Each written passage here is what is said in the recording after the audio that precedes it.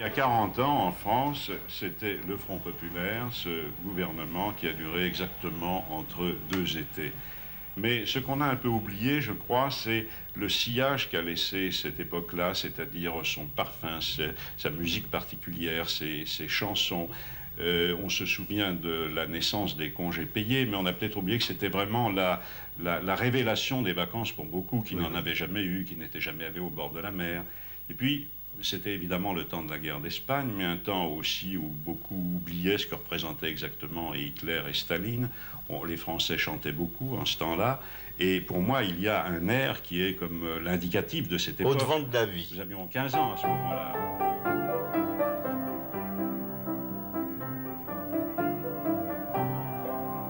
Alors, pendant que nous chantions ça sur les routes, que nous fréquentions les auberges de la jeunesse, eh bien, nos parents nous disaient « Les enfants, amusez-vous, profitez-en, car on ne sait pas de quoi l'avenir sera fait. » Et effectivement, 3 ans après, eh bien, c'était la guerre. Oui.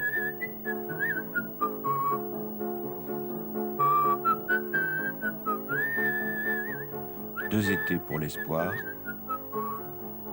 le Front populaire et les loisirs.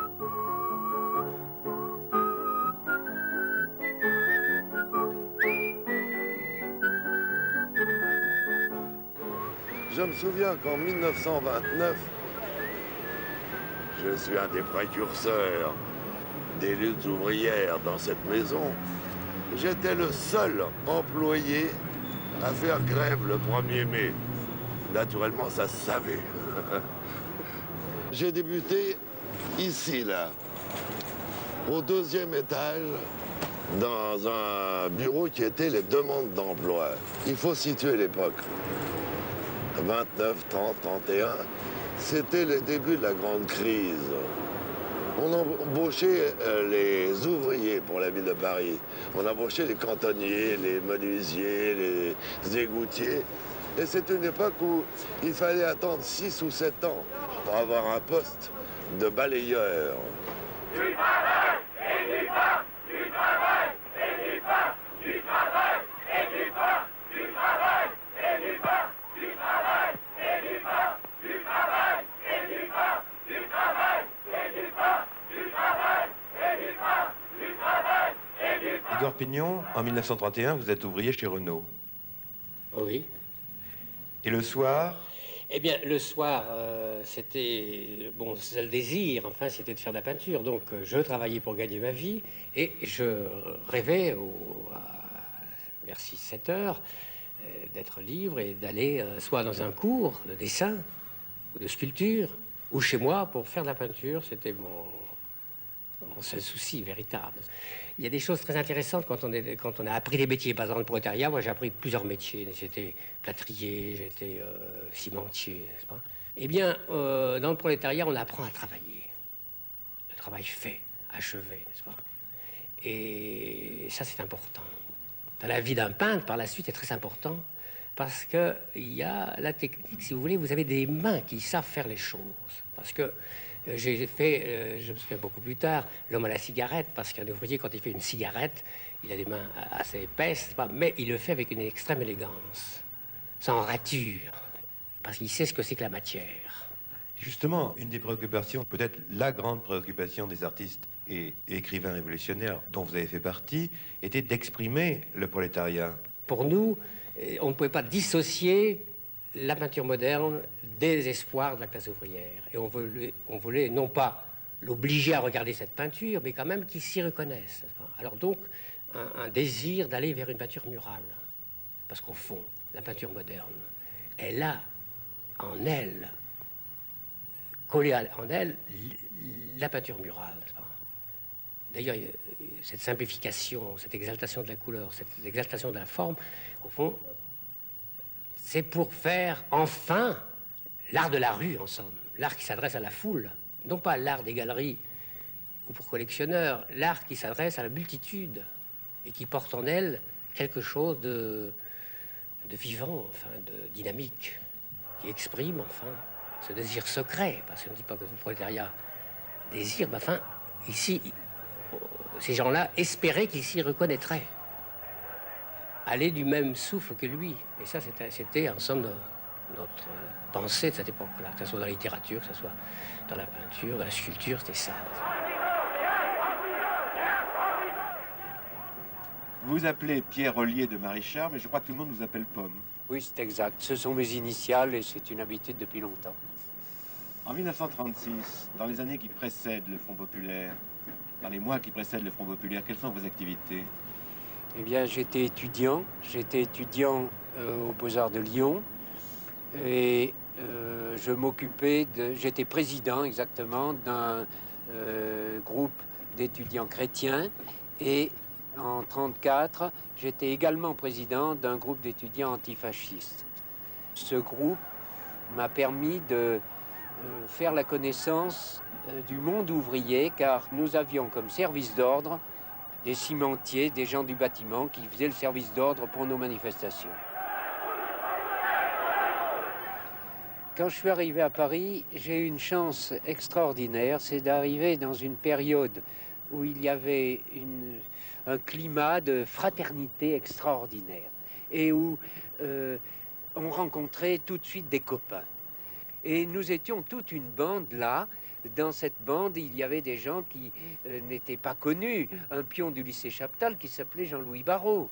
Il y avait des gens du groupe Octobre, les deux frères Prévert, Raymond Bussière, Max Maurice, Marcel Duhamel, enfin tous les débutants du groupe Octobre. Et tout normalement, on s'intégrait là. Et les activités, en dehors du travail de chacun, c'était la soirée ensemble.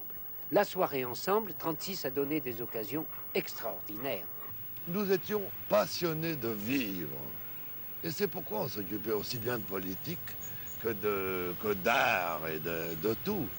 Ainsi, tenez, on a fondé, avec quelques camarades, un groupe de théâtre. Plus exactement, les gens l'ont appelé un groupe de théâtre. Alors que pour nous, c'était un groupe d'agitation de propagande, d'agite-propre. C'est Piscator qui avait lancé ça en Allemagne. C'est-à-dire que, au lieu de faire une distribution de tracts dans la rue, nous faisions une distribution de tracts oraux. Il y avait un événement quelconque qui se passait, on faisait un texte et on allait le dire dans la rue, parmi les gens, etc. Et ce groupe ne s'est jamais occupé vraiment d'art. Il s'occupait de la révolution. On voulait faire la révolution pour après-demain. Et nous avons eu la chance de rencontrer un monsieur un jour sur le conseil de Vaillant Couturier qui m'a dit, va voir un certain monsieur, il a l'air intéressant, ça a l'air d'un vrai personnage. Il s'appelle Jacques Prévert. Et nous avons rencontré Jacques Prévert. Et de ce jour, Jacques a écrit à la commande. Tenez, un exemple précis. Un jour, j'apprends qu'il y avait une grève qui venait de se déclencher chez Citroën. J'avais cet avantage, comme j'étais à l'hôtel de ville, moi j'avais le téléphone gratuit.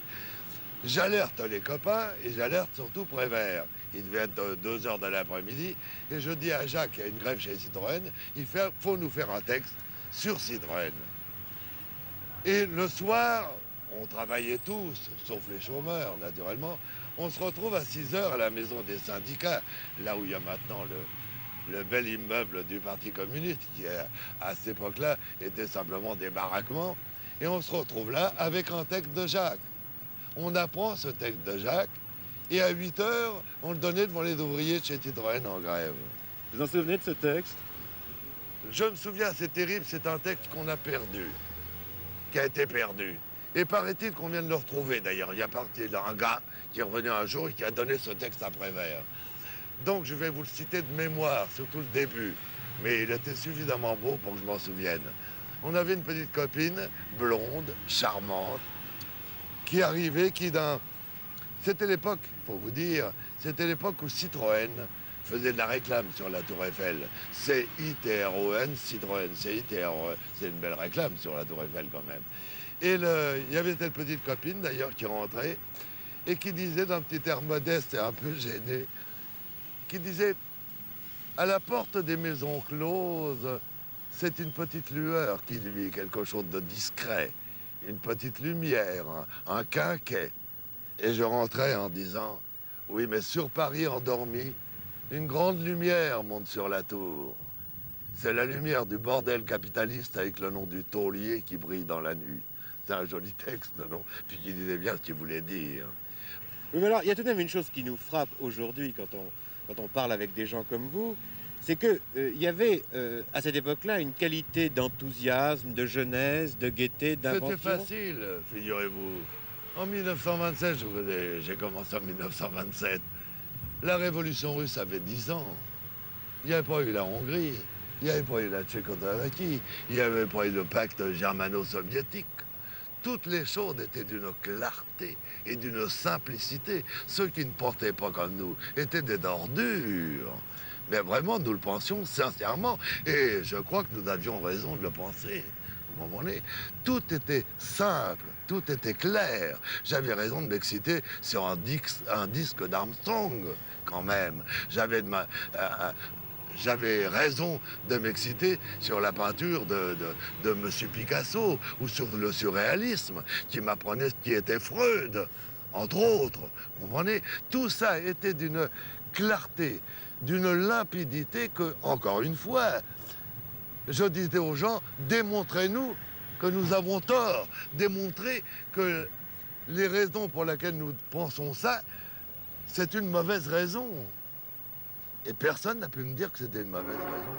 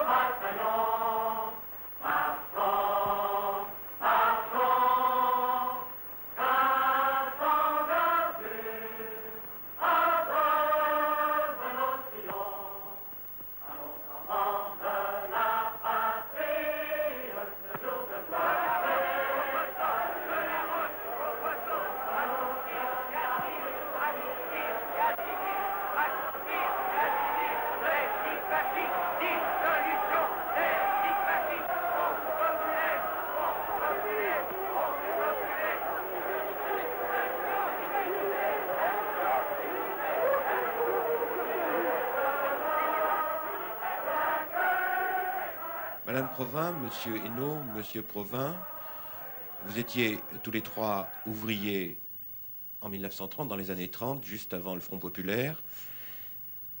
On se fait mal une idée du climat qui régnait dans une usine à cette époque-là. Alors, quel était ce climat pour vous, Monsieur Hainaut, par exemple? Vous travailliez chez Renault, je crois. Je travaillais chez Renault, en effet, depuis 1935. J'ai vécu pratiquement un an, un peu plus d'un an, avant les grèves de 1936. Ben, le climat qui régnait, c'est un climat d'oppression. Parce qu'on n'avait aucun droit. Dans une usine, dans un grand atelier où nous étions 2000 personnes, on n'avait pas le droit de fumer, par exemple. Ce qui faisait qu'on allait comme des enfants fumer une cigarette dans les water. On ne savait jamais quand on allait terminer sa journée. Parce qu'on vous demandait un quart d'heure avant de partir de faire une heure de plus, parfois deux. On ne savait, en revanche, jamais non plus si on allait travailler le lendemain. Parce qu'on pouvait fort bien vous dire, dans le courant de la journée, ben mon vieux, j'ai plus rien, reviens demain. Alors, ça vous donne déjà une idée de ce climat d'incertitude dans lequel on vivait. Madame Provin, vous avez commencé à travailler à quel âge? À peine 13 ans. J'avais eu un livret de travail pour commencer parce que on ne pouvait pas travailler avant 13 ans sans un livret de travail ou sans le certificat d'études. Et le certificat d'études, je ne l'avais pas parce que à 11 ans et demi, je n'allais plus à l'école.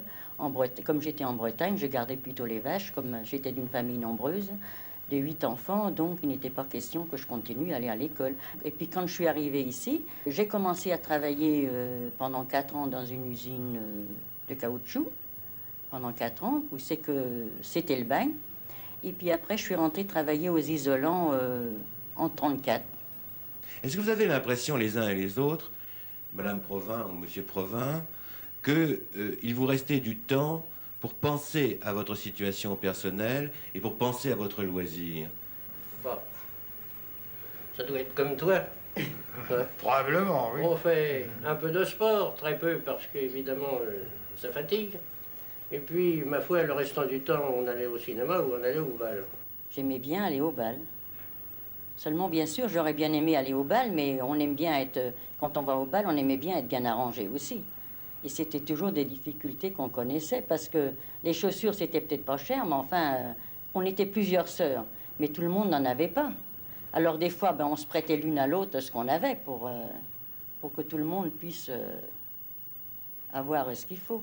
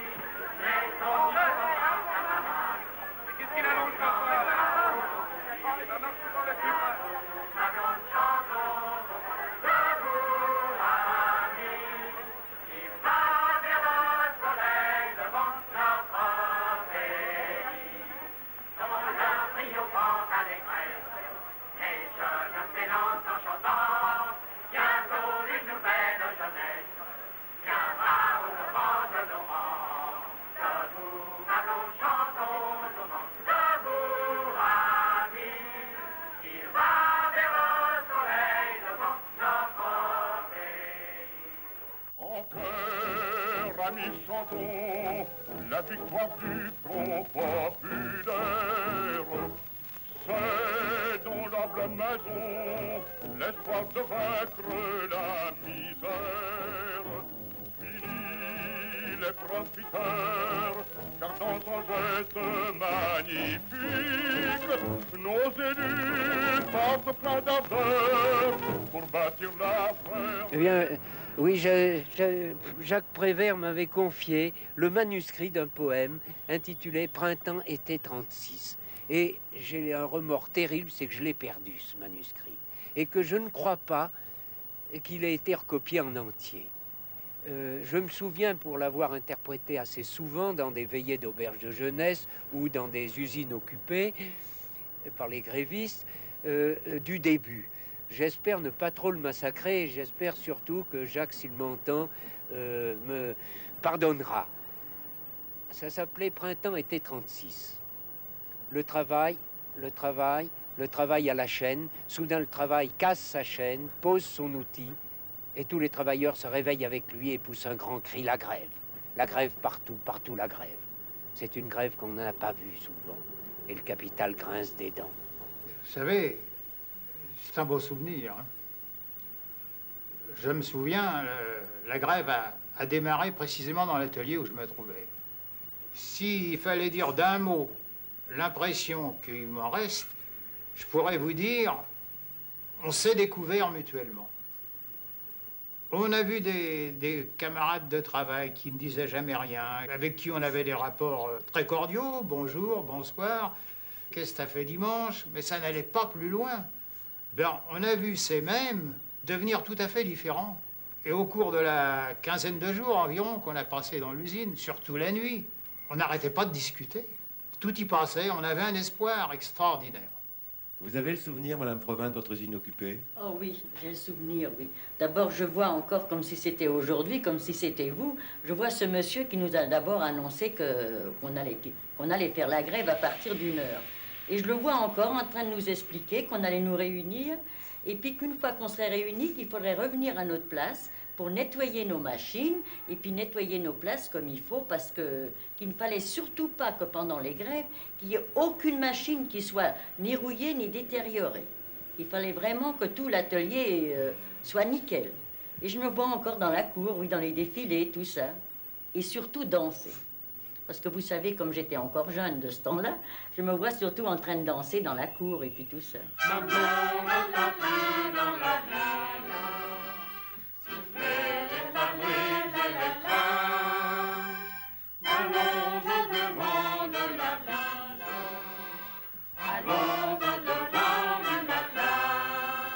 C'est la plus grande fête populaire que j'ai connue. Tous les ouvriers occupaient tout. Il n'y avait pas un magasin avec 3 employés qui n'était pas occupé par les employés. Tout ça se passait dans la meilleure bonne humeur. Les communistes engueulaient les socialistes en lui disant « ton Blum, c'est un vrai con ». Les socialistes disaient « ton Cachin, c'est un vieux connard imbécile ». Mais tout le monde en se marrant, mais ils étaient là, ils occupaient les choses. Le gouvernement se présentera dès demain devant les chambres. Son programme est le programme du Front populaire. Parmi les projets dont il annoncera le dépôt immédiat et qu'il demandera aux 2 chambres de voter avant leur séparation, figure la semaine de 40 heures, les contrats collectifs, les congés payés, c'est-à-dire les principales réformes réclamées par le monde ouvrier. Je vous dirais que quand il y a eu la fin de la grève et les congés payés, on avait encore du mal à réaliser que c'était possible. Partir 15 jours en vacances et toucher la paye en revenant. Quelqu'un qui tous les vendredis attendait sa paye, il ne pouvait pas s'imaginer que... Et j'étais pas la seule, on ne pouvait pas s'imaginer que que ça allait être les vacances. Et puis mon salaire avait été doublé, moi, comme j'étais manœuvre. Je travaillais aux pièces. On avait des cadences, on peut dire, infernales. Et bien après, les cadences ont été réglées, ont été tout ça. Et puis, on faisait que 40 heures. Donc, pour moi, ça a été d'abord davantage de loisirs. Parce que ne travaillant pas le samedi, on avait quand même davantage de temps pour sortir un peu. Et comme il y avait aussi davantage de rentrée d'argent, mais les congés payés, je le vois aussi comme si c'était aujourd'hui. On est parti à Blonville-sur-Mer, à côté de Deauville. Comme ma mère, elle avait un frère là-bas, parce qu'il n'était encore pas question d'aller à l'hôtel, ni même au restaurant, ni tout ça. Mais enfin, on a été passer 15 jours là-bas qui sont... c'est des choses qu'on ne peut pas oublier. Avec les cousins et puis les cousines, on allait se baigner, on se promenait. Et puis une chose qui m'est aussi restée, mon oncle nous avait amenés au champ de course, parce qu'il y avait les courses à Deauville. Ben, vous savez, les ouvriers, on n'avait jamais vu ça. Il nous a amenés et puis il nous présentait au compte d'un tel, c'est mes nièces, et c'est ci. Et ça, vous pensez qu'on était fiers en revenant à l'atelier de dire on a été au champ de course de Deauville. Enfin, je vous dis, c'est des choses inimaginables. Et puis après, l'année d'après, je me suis mariée, et c'est là que j'ai été faire mon voyage de noces sur la Côte d'Azur. Enfin, on ne l'a fait que 6 mois après, mais enfin, pour moi, ça a été encore aussi une chose... inoubliable. Parce que rien que de penser que j'allais manger au restaurant pendant 15 jours, chose que je n'avais jamais fait. Je n'avais jamais mangé au restaurant. De votre vie entière? De ma vie entière, et j'avais 20 ans passés de ce temps-là. Si on disait ça aux jeunes maintenant, ils auraient presque du mal à le croire, mais c'était comme ça. C'était comme ça pour moi, puis pour beaucoup d'autres. Alors mon voyage sur la Côte d'Azur, ça a encore été un voyage inimaginable, quoi. Et en même temps, ce voyage sur la Côte d'Azur, Madame Provins, c'était votre lune de miel? C'était notre lune de miel, oui, parce qu'il y avait 6-7 mois qu'on était mariés.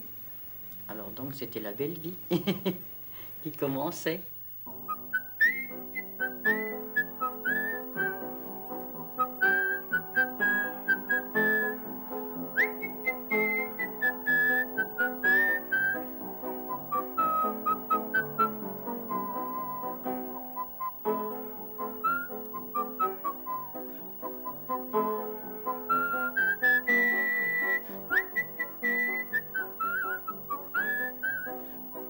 Monsieur Hainaut, ces congés payés, pour vous, c'est traduit comment?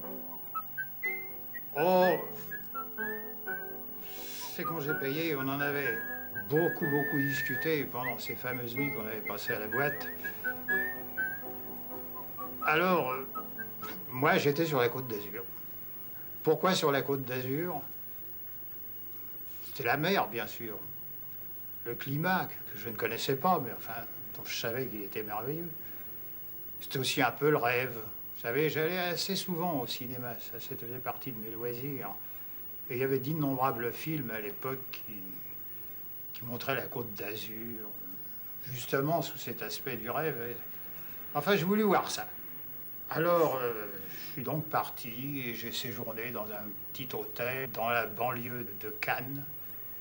Et je me suis mis à déambuler dans cette Côte d'Azur, à me baigner, enfin à vivre une vie qui n'était pas du tout celle dont j'avais l'habitude. Alors j'ai découvert ça, mais j'ai découvert aussi autre chose. J'ai vu là-bas un clivage social plus visible, il n'est peut-être pas plus réel, je n'en sais rien, mais plus visible que celui que nous avons dans la région parisienne. Si je prends Cannes, par exemple, quand le soir, on se promène sur la Croisette, là, à la terrasse des grands hôtels, l'éclairage, les toilettes des femmes, les gens en smoking blanc, tout ça, c'est féerique. Seulement, voilà, ben, comment serais-je entré là-dedans, moi, ouvrier de chez Renault, il n'y avait pas besoin de me l'interdire. Enfin, vraiment, ça m'a fait prendre conscience. Je l'avais déjà, c'est vrai. Mais enfin, si vous voulez, ça a renforcé cette conscience, ça m'a déterminé davantage peut-être à essayer de faire qu'il y ait un peu plus de justice dans la société. Dès 1919, le très jeune Léon Blum avait senti l'importance du loisir. Le prolétariat, avait-il dit, qui est la force agissante du monde par son travail, a droit, si je puis dire, à toutes les fleurs que ce travail fait naître, à toutes les jouissances de la culture, à toutes les jouissances de l'art. C'est un problème capital. Eh bien, je pense que cette sorte de prescience de Léon Blum, enfin cette expression de 1919, correspond parfaitement à l'esprit qu'il animait lorsqu'il a désigné Léo et Madeleine Lagrange à la direction du secrétariat d'État aux loisirs. Léo Lagrange était un jeune député du Nord qui était très unitaire. C'était un grand frère, c'était pas notre ministre. C'était un grand frère qui venait s'asseoir sur l'herbe avec nous, qui venait discuter à l'auberge, manger à table dans le réfectoire de l'auberge. J'espère que nous pourrons ainsi bientôt, à travers notre pays, avoir des dizaines et des dizaines de milliers de jeunes gens qui, sac au dos, sur les routes, sur les canaux, sur les rivières, parcourront la France, apprendront ainsi à la connaître dans sa réalité et à l'aimer. Il a réalisé, il nous a aidés à réaliser ce que nous rêvions. C'est-à-dire qu'il nous a apporté des crédits, il les a mis à la disposition, il a fait confiance aux organisations pour mettre ça à la disposition des jeunes. Et il a toujours demandé que ça corresponde aux désirs réels des jeunes de l'époque. Les auberges de la jeunesse étaient nées au début des années 30, sous l'impulsion notamment de Marc Sangnier. À partir de 1936, elles vont se multiplier. Madame Grünbaum-Balin, auprès de Léo Lagrange, anime le mouvement avec une très grande ouverture d'esprit. Nous avons rencontré l'une de ses collaboratrices, Denise Cresswell, qui fut en même temps une agiste fervente. Je pense que, par exemple, même maintenant, tous les jeunes qui chantent avec des guitares ne savent pas que le départ a été les auberges de jeunesse. Chacun avait une flûte, une guitare, un harmonica. On chantait des chansons de Trenet, on chantait Ma Blonde. Enfin, je crois que c'était à la fois il y avait une possibilité de dialogue sur le plan social et politique avec tous les jeunes qui, naturellement, cherchaient et s'agitaient et réfléchissaient. Et puis, il y avait cette joie et cette liberté, enfin, ce plaisir de chanter ensemble.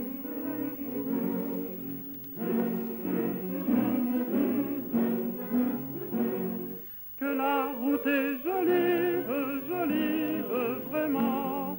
Amis, vive la vie et nos 20 ans. En quittant les mûrsis et ses noirs soucis. Cette découverte des besognes presque ménagères, enfin, faites ensemble, la vaisselle, la cuisine, l'épluchage, pendant qu'on chantait à plusieurs voix. C'était vraiment... Ah oui, c'était... Pour moi, il y a eu avant les auberges et depuis les auberges.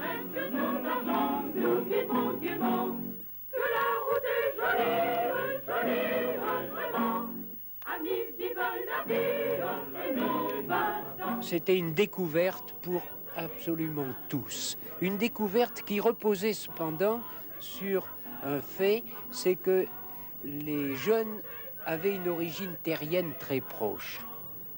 Et ils avaient tous des parents à la campagne. Ils arrivaient tous de leur province. Et ils retrouvaient ce qui avait été l'idéal de leur enfance. Ceux qui avaient été comme moi dans une école primaire d'un petit village de 300 habitants, eh bien, c'était assez plaisant de retrouver la nature. C'est à Pierre Jamet que nous devons ces très belles photographies d'auberges et de nature. Père aubergiste lui-même en Savoie, il est aussi à l'époque danseur, animateur de chorale, et il ne sait pas naturellement qu'il deviendra célèbre quelques années plus tard dans le groupe des Quatre Barbus. Alors vous voici, frère de... Ben, ça, c'est avec mon partenaire de voyage, de stop, mon ami Pomme. Eh bien, c'est sur une route, je crois que c'est la Nationale 7, on était en train de descendre vers le midi. C'est pas encore très encombré, comme vous pouvez voir, et les voitures étaient assez rares, mais enfin, on y arrivait assez facilement. Mais il paraît qu'il y avait des matchs entre vous Oui, c'est arrivé, des compétitions. Qui arriverait le plus vite là, et c'est arrivé, en effet, oui. Et alors, remarquez qu'on se mettait des chaussettes blanches, toujours très soignées, très tendues, très propres, pour capter l'attention des automobilistes, pour se rendre sympathique rapidement. C'était une espèce de signal. Alors, ben ça... on en reste à Pomme, puisque c'est lui qui a... Oui, oui, bon, ça c'est un intérieur d'auberge dont Pomme avait décoré les murs, il dessine très bien, et des scènes d'argistes, comme vous voyez, de marches, de flûtes, de bateaux, de grand air. Et l'harmonica est l'instrument majeur de Ah oui, ça, les harmonicas, ça envahissait les auberges presque un peu trop, parce que c'est un instrument, quand il n'est pas très bien joué, c'est un petit peu fatigant, et il y a des tas d'agistes le matin au soir avec leur harmonica sur la bouche. Enfin, ça faisait partie du... Ah, et voilà un dessin de Pomme qui vous représente. Oui, ça c'est Pomme qui a essayé de synthétiser tout ce qui était mes centres d'intérêt à l'époque, c'est-à-dire le ski que j'apprenais en chambre avec les livres d'Émile Allais, les chanteurs à la mode, Charles Trenet, Gilles et Julien, qui étaient des grandes vedettes à l'époque. Alors mais justement, ouais. Arrêtons-nous sur Gilles et Julien, parce que certainement. Je crois qu'ils ont beaucoup marqué dans votre vie, non? Beaucoup, beaucoup. Et en même temps j'ai l'impression qu'ils sont très révélateurs de cette période du Front populaire. Il y a ces deux aspects-là. En effet, pour moi, c'était les grands chanteurs. Je voulais faire quelque chose comme eux. Leur répertoire, leur façon de chanter en duo me plaisait infiniment. Et d'autre part, ils ont été je ne dis pas les chanteurs du Front populaire, mais l'esprit des chansons écrites par Gilles était exactement dans le sens de ce qu'on attendait à cette époque-là. Enfin, Est-ce que vous pouvez nous donner une idée un peu d'une chanson? Vous savez, il y en a des chansons de Gilles et Julien. Mais enfin, il y en a une qui s'appelle La Belle France et qui était peut-être la plus représentative de ce climat. Oui, vous voulez quoi? Ah oui que... Ah bon? Eh bien, voyons. Alors, ça dit... Sur la route du passé, vois-tu venir la France? Quelle belle garce la rigue ondée, dans ses beaux habits brodés, couleur d'espérance. Elle a des yeux étoilés, quand elle marche, elle danse. Fort en gueule, l'esprit racé, quel air, quelle aisance. Sur la route du passé, vois-tu venir la France? Le cœur vif, le pied léger, la rigue ondée. Sur la route du passé, vois-tu venir la France? Quelle belle garce la rigue ondée, dans ses beaux habits brodés, couleur d'espérance. Elle a des yeux étoilés, quand elle marche, elle danse. Fort en gueule, l'esprit sali, quel air, quelle aisance. Sur la route du passé, vois-tu venir la France? Le cœur vif, le corps brassé, la rigue ondée. Vive la rose rouge.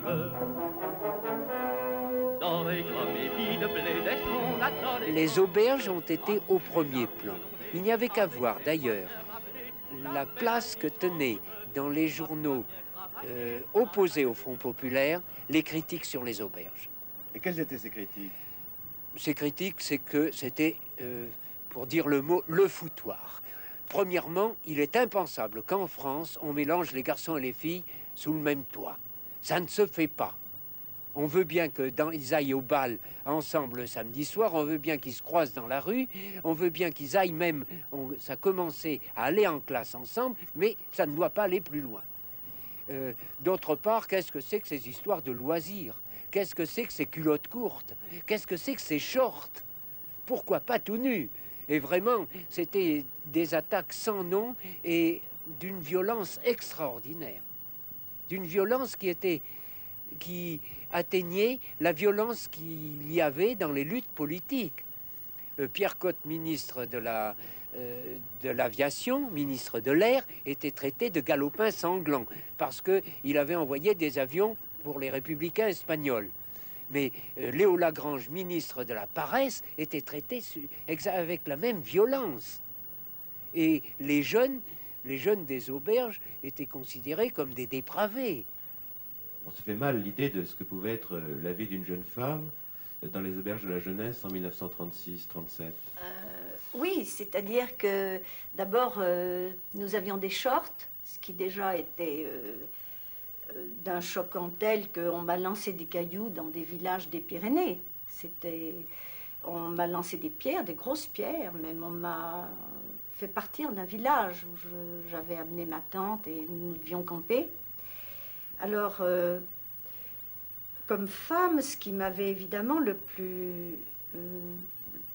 frappé, et puis j'ai trouvé ça très naturel très vite, c'était justement cette camaraderie et cette égalité, si vous voulez, dans les rapports. C'était la première fois que je ne soupçonnais pas ça avant, et je crois d'ailleurs que c'était très rare. C'était la première fois que je découvrais qu'un garçon et qu'une fille, c'est la même chose. Enfin, l'esprit des auberges donnait une liberté assez exceptionnelle à cette époque-là. Tout à fait exceptionnelle même à cette époque-là. Mais il n'y avait pas d'érotisme, vous savez, comme maintenant. C'était une liberté sexuelle qui faisait que si on faisait l'amour ensemble, c'était pas un péché, voilà. Par comparaison, si vous voulez, à l'idée de péché qu'avaient beaucoup de jeunes à cette époque-là, s'ils avaient des relations sexuelles ou même s'ils flirtaient, vous comprenez, c'était... Tandis qu'aux auberges, la notion du péché, ça n'existait pas.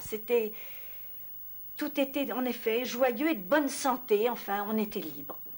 Mais qu'appelait-on exactement l'esprit agiste? Qu'est-ce que ça voulait dire? L'esprit agiste, il s'est créé et il a évolué.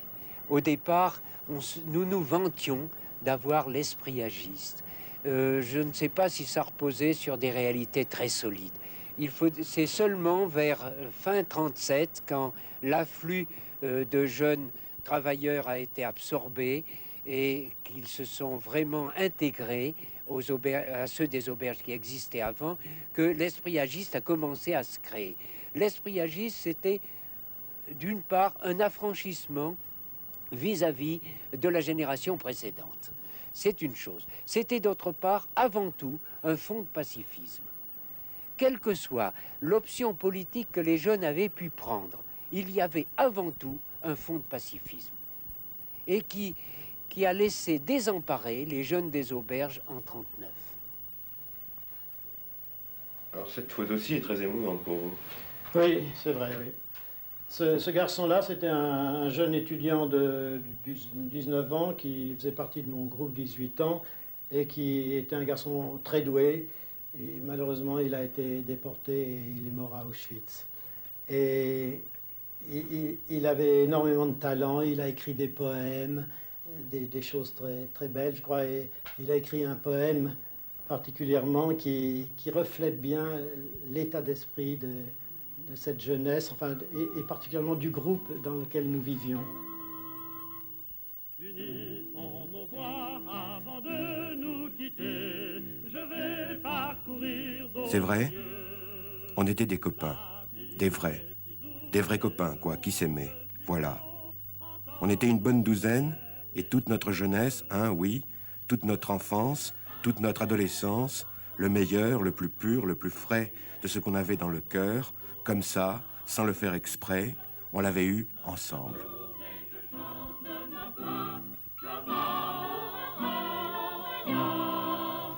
Je vais par le monde emportant ma joie et mes chansons. Et puis, il y a eu la guerre. Les guerres, c'est contre tous les copains. Vous le savez bien, on ne peut pas le taire. Les copains, c'est pas des militaires. Alors quoi? Alors on a été séparés. Il y en a qui sont partis, il y en a qui sont restés, il y en a qui sont morts. Alors voilà, c'est tout ce qu'on voulait dire, c'est tout ce qu'on avait envie de raconter. C'est fini. C'est fini, mais c'est pas triste. C'est pas triste quand on se souvient comme c'était bien, quand on était copains, tous ensemble.